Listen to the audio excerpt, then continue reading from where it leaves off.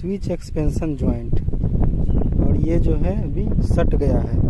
तो अभी हम इसको जो है, ये उष्मा से लोहा का में प्रसार होता है, तो इसीलिए जो है ये सट गया है। इसका गैप देखिए इधर वाला ठीक है। और इसको जो है अभी ब्लॉक नहीं मिलने से जो है इसको कैसे ठीक करेंगे, तो इसके दोनों तरफ 50-50 मीटर जो है पानी डालना पड़ेगा। और पानी डालने के बाद में ये अपने अपने जगह पे इसका उष्मा कम हो जाएगा, हीट कम होगा, तो ये फिर लोहा सिकुड़ेगा, तो फिर ये अपनी जगह पे आ जाएगा।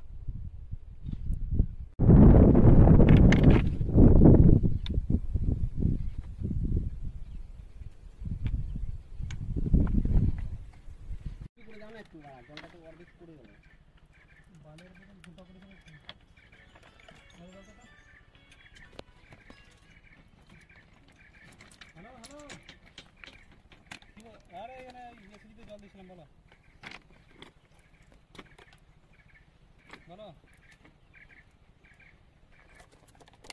এখন তো এবার কাজ ধরবে, এখন তো এবার